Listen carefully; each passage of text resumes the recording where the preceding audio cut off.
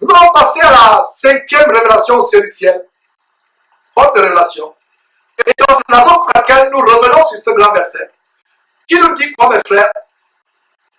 Nous devons connaître les mystères, les mystères. Revenons sur ce grand verset, mes frères. Jésus lui a répondu, parce qu'il vous a été donné de connaître les mystères du royaume des cieux. Voilà les mystères du royaume des cieux. Il nous a été donné de les connaître. Et ce n'est pas tout le monde qui peut les connaître. Il n'y a que les véritables disciples de Jésus-Christ qui aiment lire la Bible, qui aiment la parole de Dieu, comme nous sommes en train de partager aujourd'hui, qui peuvent connaître les mystères du royaume de Dieu. Alors, une autre révélation, c'est que mes frères, au ciel, nous aurons des vins et les mets succulents. Nous aurons des mets et les vins les plus succulents. Les mets et les vins les plus succulents sont au ciel. Vous pensez peut-être que votre plat de dolé, si vous êtes camerounais, elle est le plat de mets les plus succulents du monde. Vous pensez peut-être que votre poulet yassa ou votre tchèboudjen, si vous êtes sénégalais, elle est le plus grand plat du monde. Les mets les plus délicieux, succulents. Si vous êtes français, vous pensez peut-être que votre ratatouille et votre cassoulet fait maison est vraiment le plus succulent. Ou si vous êtes congolais, vous pensez que votre pounou est le plat le plus succulent du monde. Mais frères et sœurs, en enfer, ce sera l'éternité. Il n'y aura pas une seule goutte d'eau. Il n'y aura pas de goutte d'eau en enfer. C'est pour ça que l'homme riche pouvait dire à Abraham, dis à Lazare de plonger ne serait-ce qu'un doigt, de bout son doigt dans de l'eau et de m'abreuver de la goutte qui en sortira. Rien qu'une goutte. Ça vous montre qu'il n'y a même pas une seule goutte d'eau en enfer.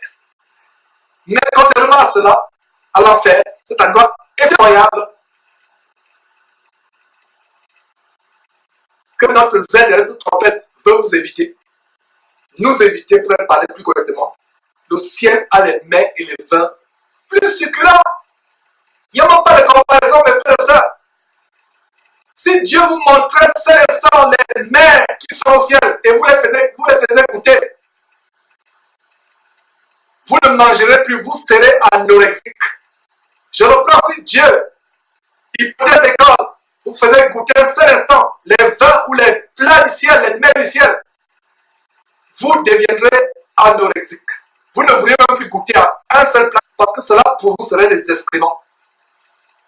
Regardez tous ces délices.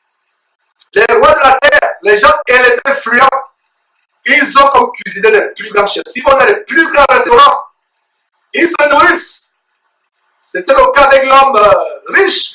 Et à l'opposé de Lazare, il était tellement riche, il pouvait manger n'importe quel plat. Le meilleur filet mignon qui puisse être sur terre. Le meilleur foie gras. La meilleure pâtisserie. Boire le vin le plus onctueux, le plus moelleux, le plus onctueux. Titiller son palais et sa langue avec toutes sortes de délices sur terre, des fruits. Mes frères et sœurs, la liste est interminable, mais tout cela comparé au ciel, c'est comme de la boue, c'est comme des excréments, c'est comme si vous aviez du gravier que vous marchez, du sable que vous marchez. Le ciel est beau. Nous sommes en train de voir les mystères du royaume de Dieu, mes frères et sœurs.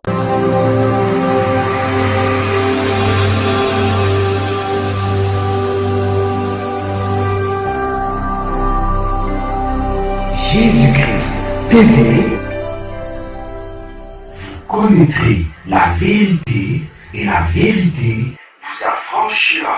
Voilà mes frères, nous continuons avec la 5e révélation sur le ciel. Voilà, je disais vraiment qu'au ciel il y a des mets délicieux, succulents. Mes frères, nous avons mangé avec le Seigneur Jésus-Christ et voilà, il y avait un frère avec qui nous prions ici il y a quelque temps. Et il pensait qu'au ciel on ne mangerait, on ne va pas manger et boire. Et voilà la grande révélation au ciel du ciel. Et peut-être pour toi ma soeur, toi mon frère qui me suit, tu ne savais pas qu'au ciel on mangera. Ce ne sera pas nuire au ciel. Les gens pensent qu'on va tout simplement être là 24 sur 24 comme les anges. à adorer Dieu, ce qui est tellement merveilleux, parce que vous ne pouvez pas expérimenter l'infinie grandeur du bonheur d'adorer Dieu. Mais une fois dans ce corps céleste que nous allons revêtir plaise à Dieu, par la grâce de Dieu, vous allez voir, mes frères et sœurs, que adorer Dieu, c'est tellement grand, mais non seulement adorer Dieu, mais il y a des mers et des veines plus succulentes au ciel. Et voilà ce verset, voilà dans les mystères du royaume de Dieu que nous sommes en train de vous montrer. Quand ce verset, ce grand verset qui dit que c'est à vous qu'il a été donné de connaître les mystères du royaume de Dieu. Et pendant que nous restons sur ce verset, je vais vous lire rapidement 3 versets, notez tout simplement pour vraiment pour que vous puissiez vous-même examiner ces choses vous-même. Donc Matthieu chapitre 8, verset 11, le Seigneur Jésus dit: Or je vous déclare que plusieurs viendront de l'Orient et de l'Occident et seront à table avec Abraham, Isaac et Jacob, ou dans le royaume des cieux, voilà. Vous et moi, Africains, Européens, non-juifs de naissance, qui avons accepté Jésus-Christ, nous sommes l'accomplissement de cette parole. Matthieu chapitre 8, verset 11 dit: Je vous déclare que plusieurs viendront de l'Orient et de l'Occident et seront à table avec Abraham, Isaac et Jacob dans le royaume de Dieu. Voilà un des mystères dont parle ce verset suivant d'écran. Voilà des mystères. Beaucoup seront à table. Donc il y aura des tables au ciel où nous allons manger.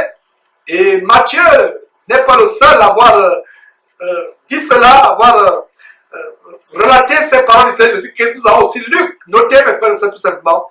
Luc chapitre 14, verset 15. Un de ceux qui étaient à table, après avoir entendu ces paroles, dit à Jésus: Heureux celui qui prendra son repas dans le royaume de Dieu. Donc voilà comment le Seigneur Jésus leur avait enseigné comment prendre le repas dans le royaume de Dieu. Et voilà une très bonne révélation. On mangera dans le royaume de Dieu. Et un dernier verset avant que nous continuions à donc, la 6e révélation. Dans Luc chapitre 23, verset 30, donc le Seigneur a dit: afin que vous mangiez et buviez à ma table dans mon royaume, et que vous soyez assis sur des trônes pour juger les 12 tribus d'Israël. Et donc voilà, mes frères et sœurs, la bonne nouvelle par rapport à comment on va manger. On mangera au ciel, mes frères et sœurs. C'est quel bonheur, quel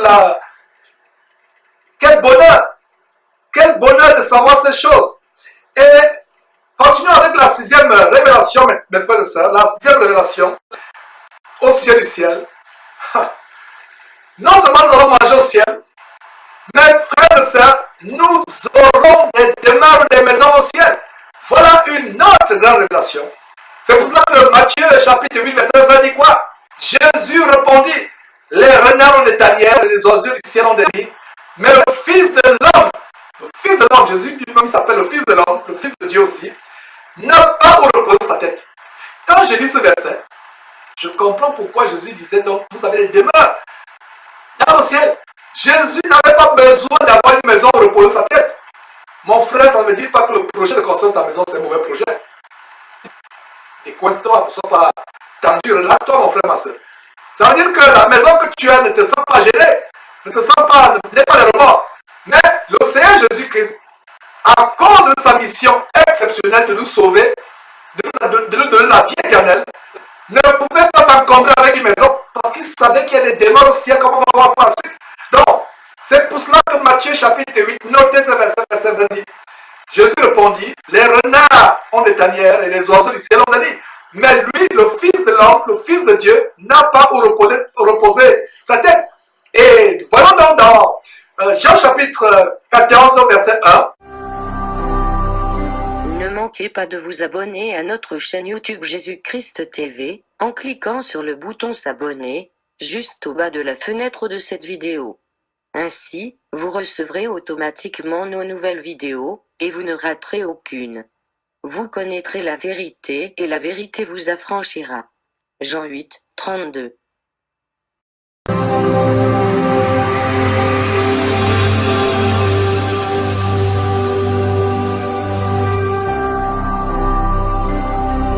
Jésus-Christ TV,